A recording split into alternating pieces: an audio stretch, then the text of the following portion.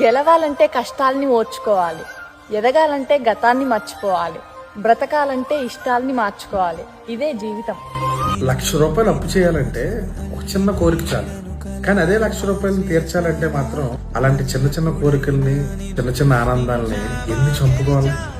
అనవసరంగా చేసేటటువంటి అప్పు మన ఆశల్ని, ఆనందాలని చంపేస్తుంది. ఎప్పుడు చూడని అవమానాలని మనకి చూపిస్తూ ఉంటాం.